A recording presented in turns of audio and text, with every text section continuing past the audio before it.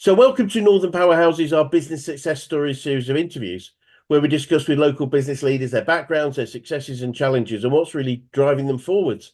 And this afternoon, I'm delighted that we have with us Amanda Speight and Simon Harris, who are the COO and CRO of Coptrz. So, thank you so much, both of you, for spending a bit of time with us. And if you'd like to firstly introduce yourself and Coptrz, what you do, and how you help people, that would be wonderful. Okay. So I have worked for Coptrz since its conception in 2016. I previously worked for Steve and Paul, who own Coptrz, in their last business, Martech Marine, and I worked there from 2010 to 2016. Yes. And then I did a year working for both Coptrz and Martech Marine. So that's 2017, and I moved officially to Coptrz in 2017. So Coptrz came about when Steve Coulson was looking at how he could use drones on ships at Martech Marine, and he did all the research. Coptrz. I worked as the head of customer service at Martech Marine. He asked me if I wanted to move over, so I did, and then so he worked on the sales and marketing side of it, and I started to set up the operational side. Yep. So originally, when I moved over, there were four of us, and now there are 28 of us. Goodness. So we grew quite rapidly over the last 7 years to what we are today. And then Simon joined us. Yeah. Thank you, Amanda. Yeah, Chris. So my name's Simon Harris, as you mentioned, Chief Revenue Officer here at Coptrz. So I've been with the business for coming on 2 years. Yep. My background has been within software sales, so enterprise software sales, working both nationally and internationally with a wide range of organizations. So yeah, been with the business a couple of years, joined really as the business has started to kind of exponentially grow. Yes. And I'm good to say that that's continued throughout the time in which I've been with the business. Wonderful, wonderful. And can you share sort of some of the, if you're okay with this, sort of the growth figures, whether in terms of business, because you've had quite a significant growth rate to go from founding in 2016, so we're talking about 8 years. You've gone from 4 people to 28. That's quite a bit of growth going on. Yeah, and sort of like when we started off, we were embedded within Martech Marine, and small turnover that has grown year on year. Our last set of accounts, the revenue was 23 million. Wow. So massive growth over the past, well, that was the 6 years that we were trading. Yes. And that's come from various verticals. So government, public safety, asset integrity, education, and construction and surveying. So they're the main focuses. So we are a commercial drone company. Yep. And since we've expanded our offerings. So we're a 360-degree solution for businesses who want to implement drone strategies. And so we offer everything from the training to the hardware to the payloads, software, and service and repair. Wow. And I mean, one of the facets of sort of entrepreneurship I find is timing, and it feels like the timing was absolutely perfect to get into this marketplace at that particular point in time, given we've seen, drones are everywhere now. Yeah, I think that when the business was formed, there was a couple of organisations in the UK that focus more on the hobbyist and consumer side. Yes. As Amanda mentioned, one of the co-founders, Steve, realised the commercial application. Utilising uncrewed technology within organisations can make operations faster, safer, cheaper, and greener. Yes. You take any of those words to any boardroom and say that you can improve operations in that way, it normally makes it a pretty easy business case. So our job really is to be educators. It's to educate the market around the utilization and the awareness of what these solutions can do. Right. And then prove the ROI through typically a small initial purchase and Yep. then ramp as we prove the use case and expand it through that organisation.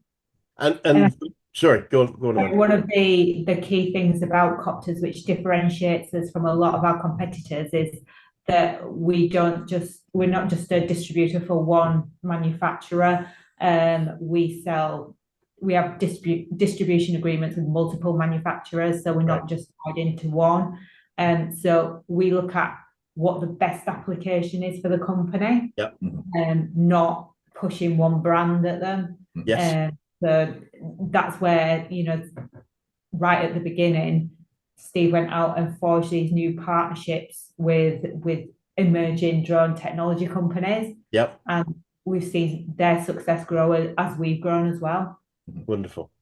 And so you're very much a solutions driven business. It would sound like it's understanding what each client needs, and you're providing the right solution, both hardware, and you mentioned training. So it's literally helping people create a drone-led department, I guess, in each of the businesses or organizations that you work with. Yeah. So what we try and do, Chris, is work backwards. Yeah. So we speak with the customer to understand what they're trying to collect in terms of data. Yes. Because ultimately that's what drones do for businesses. They help organizations collect data in a faster way than ever before. So we look at what data they want to capture and what the specific use case is. Yes. Then we work backwards to build a solution which works specifically for that capability requirement. Right. Like Amanda mentioned, there is other people on the marketplace, but they typically work with one vendor in particular. And it doesn't matter what your use case or capability requirement is, it's still going to be the same product. So the key differentiator for us is that we don't take that approach. We start from the opposite end and we build that solution. We then de-risk that purchase with the training element. So pioneered a number of what we call off-qual accreditations. So the off-qual level 4, the off-qual level 5 are accreditations that, as I say, we've taken to market, and they're now commonplace across the drone industry.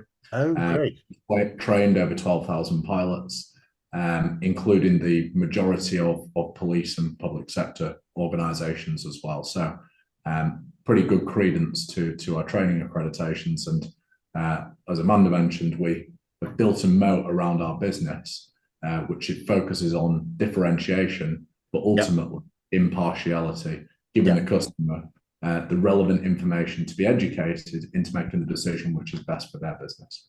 Yeah, brilliant. It's great that you've got that ability to say this is the right thing for you, rather than this is a product, hopefully it's going to meet your needs. So I can see how that's worked so well for you. So when you guys are growing up, do you imagine this is what you'd be doing at this point in your lives, or did you have other things planned? Yeah, I didn't think I would be in the drone industry. I don't think drones were around when no. when I was growing up. But I always knew that, like, I'd be in business. All my friends at school were taking drama and I took business studies. Right. So I always knew that I wanted to work in a sort of like a business commercial environment.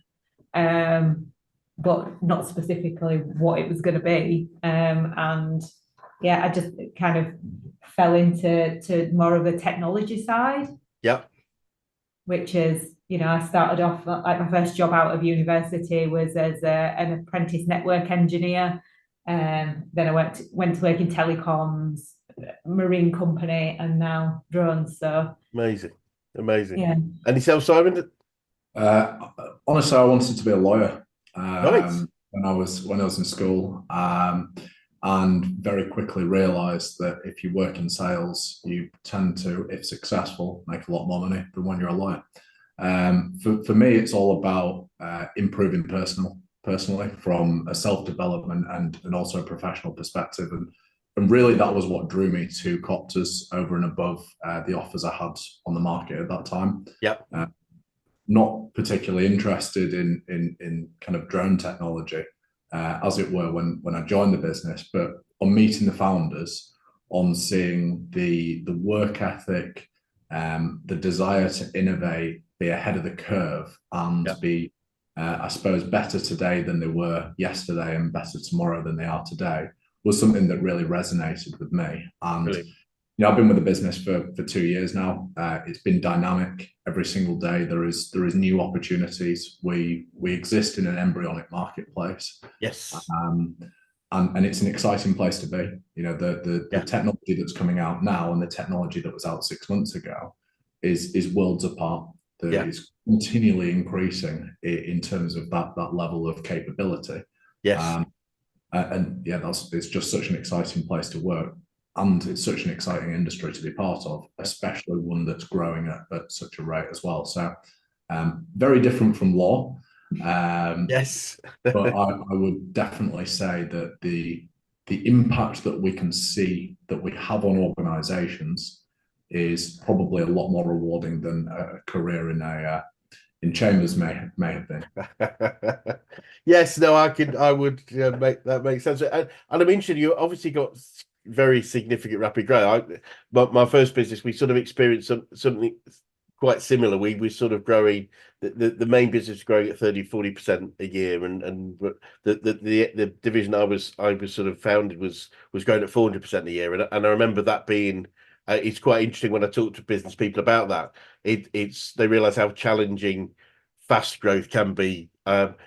Most people know the challenge of no growth or negative growth, but fast growth comes with its own set of challenges. And I mean, I remember the one you were mentioning, getting to 28. We got to 100 or so people, although nowhere near the turnover that you have. But I can remember sort of steps in time when the first sort of 20 or so people you knew them, the families, the pets, all those sorts of things. But once you get past sort of 20, 25, 30, it's very difficult to know everything about everybody. And are you feeling that that's anything that you're seeing at the moment? And what other sort of challenges, I guess, that you're having to overcome, or you've had to overcome over the last few years?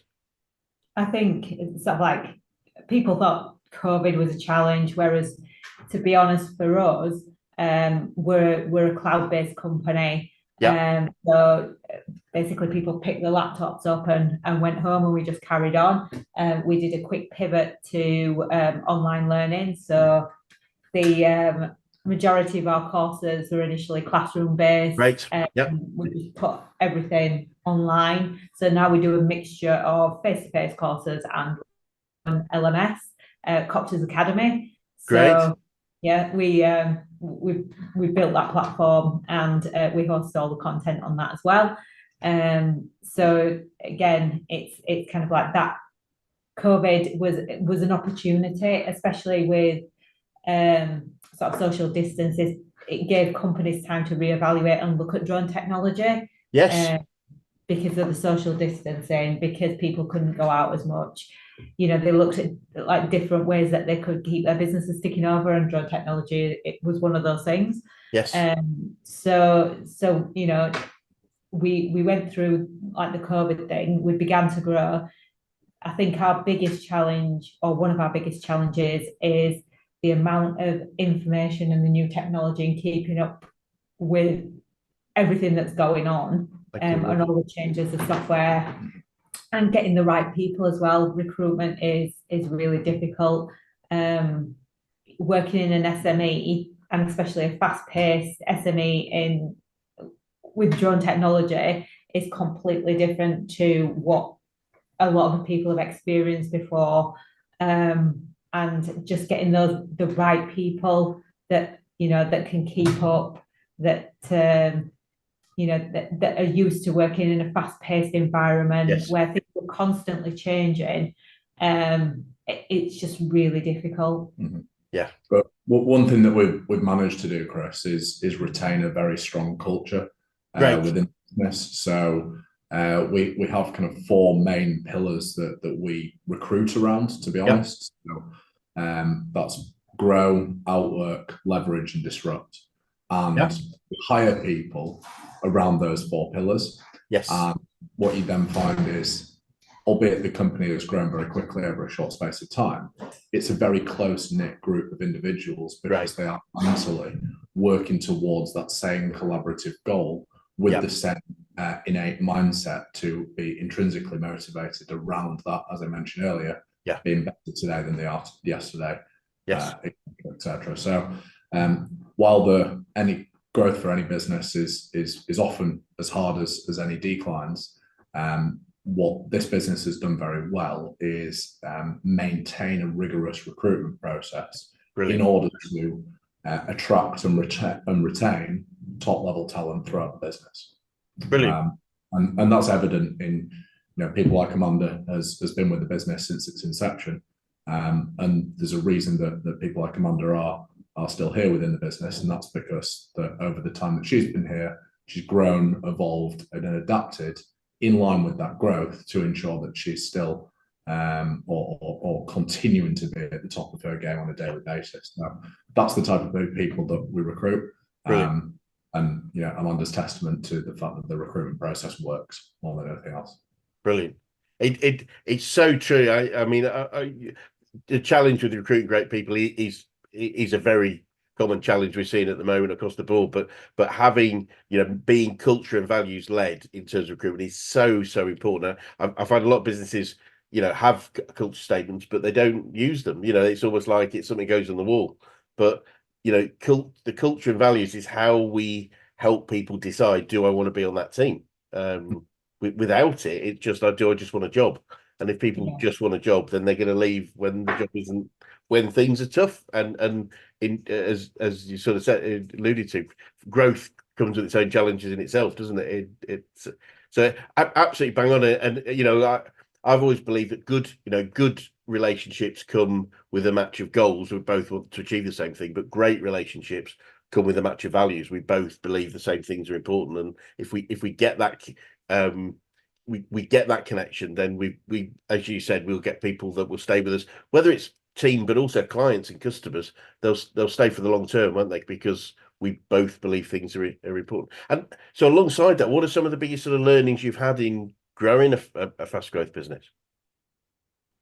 I think as a customer centric organization, one of our biggest and continual areas for improvement is to continue to ensure that our customers' experience is the first and foremost thing that we serve as an organization. So you just alluded to, as an organization grows, you have to ensure that you have the structure in place, not just on the front end sales side, but also in the back office support side of the organization to ensure that customer journey post sale is as good, if not better, than the pre-sale value. So that's something that we're continually working on. We've made some great strides even over the last 12 months around the back office side of the organization, because we're customer centric.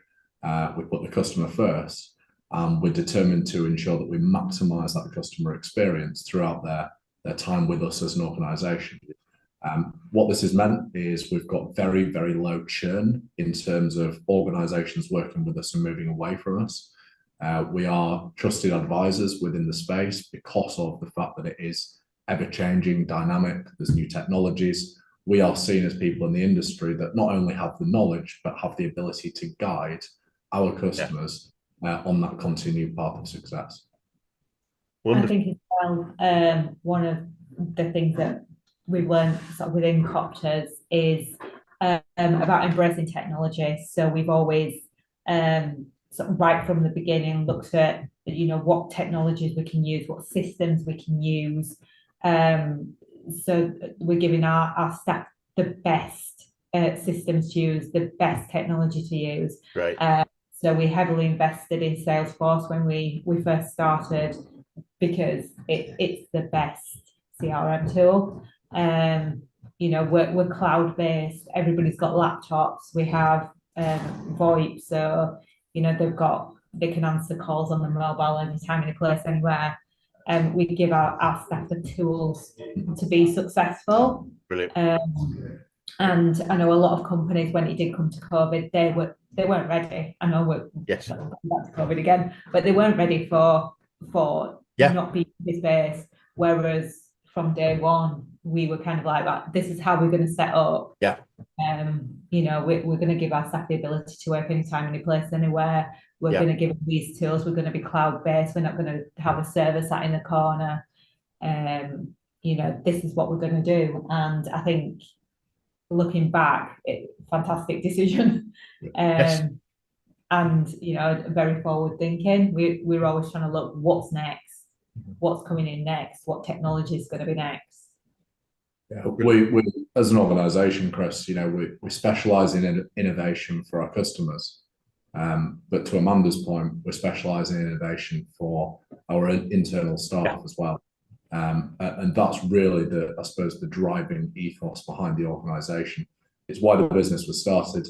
It's why we've been successful, and it's why we maintain, retain, and attract that great talent into the business. Brilliant. Wonderful. And you're probably aware we're a business coaching organisation. I'm keen to know who the best coaches you've worked with, whether that's business, sport, life in general. Who's had the biggest impact on you guys? I mean, when we were first starting up Coptrz, I think Steve had a big impact. He was one of the founders. Yep. From like an entrepreneur, new ideas, just getting everything into place. I think he a lot of people learned a lot from him, from the original sales guy that was Sam, who's still with us. Yes. To sort of like me learning more about marketing and sales, because I've always had a customer service operations background. So I think when Coptrz first kicked off, he played a massive part in him. We don't see him as much these days, because kind of my work here is done. And then he just nips in and causes a bit of chaos. But from that sort of like the entrepreneur side of it, I think Steve's been great. I see Paul, who's the other co-founder, a lot more now. Right. So from a growth perspective, moving from sort of like being head of operations to COO, then he's had a big impact in that. So that's for me. I mean, I've only worked at sort of like 4 different companies my whole career. So from that perspective, my biggest growth has been with working closely with Paul and Steve. Yes. Brilliant. And how about yourself, Simon? So, I mean, if you look at the short term over the past couple of years, it has to be Paul, who's the CEO of the business. So we speak a lot, in particular around growth, around that kind of shared goal for personal growth and development to be the best versions of ourselves. He's definitely, as I say, over the past couple of years, had a massive impact into that for me.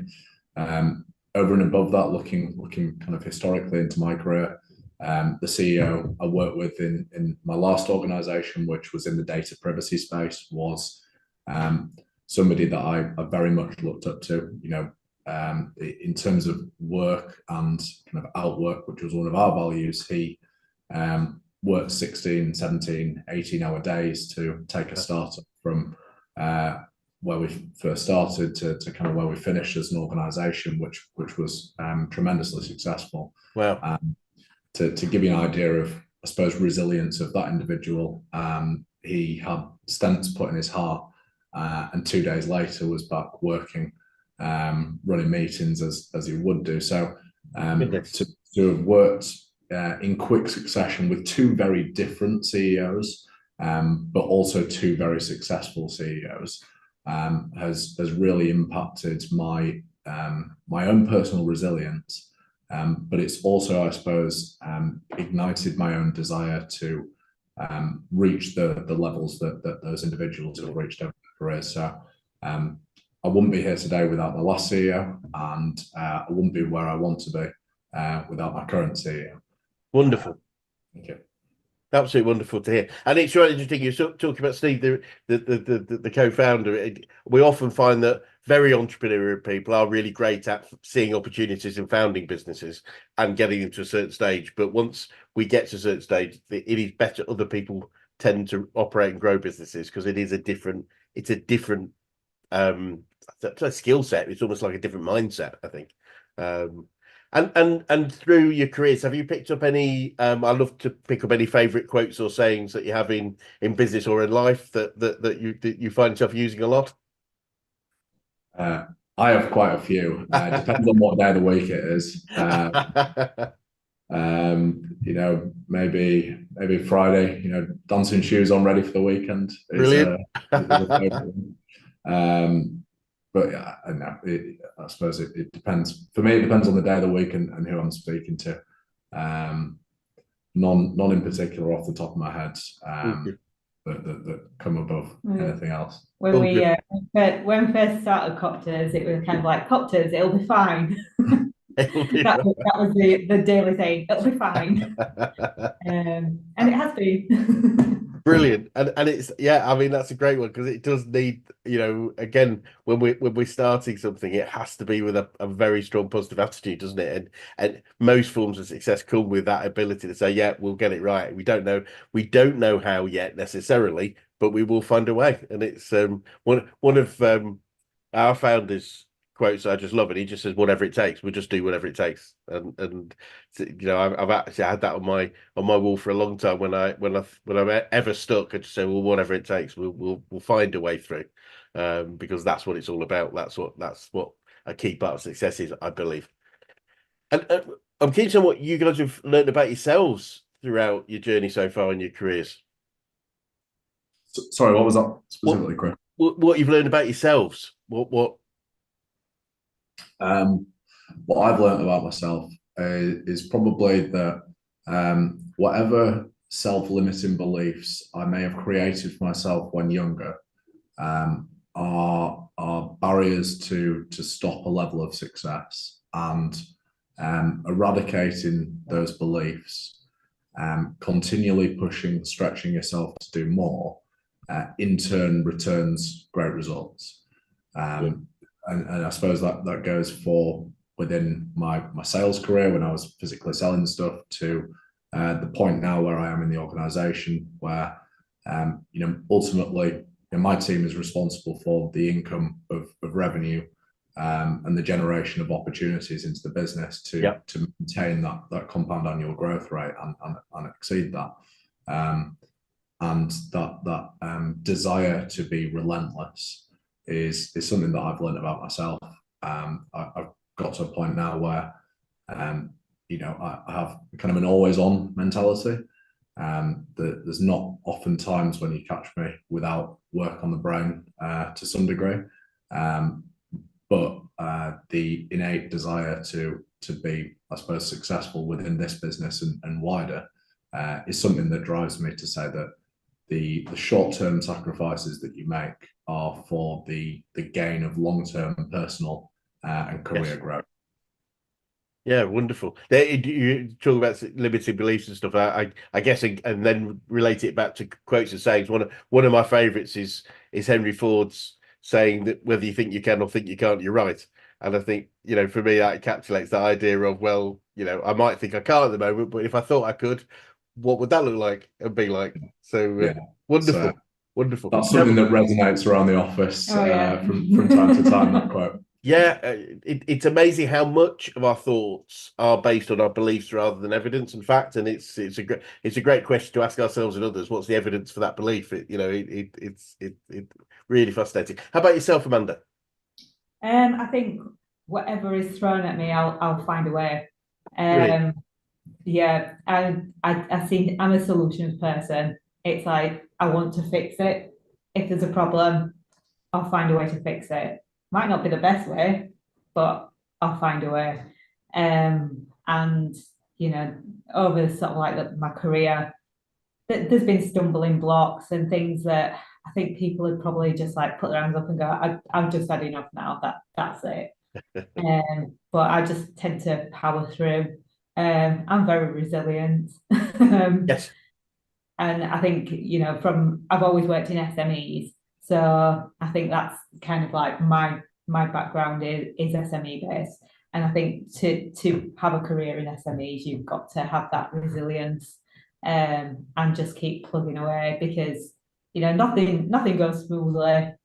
There's always going to be hiccups along the road and you have to find a way. Yep, find a way. Absolutely bang on.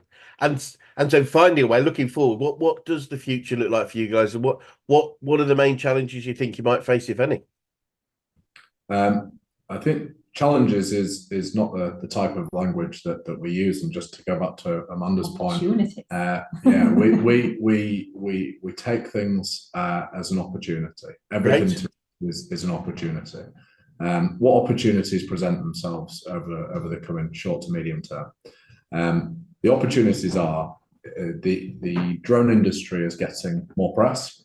There's more awareness. Yep. There's more capabilities within the technology to, as I mentioned, make organizations faster, safer, cheaper, and greener.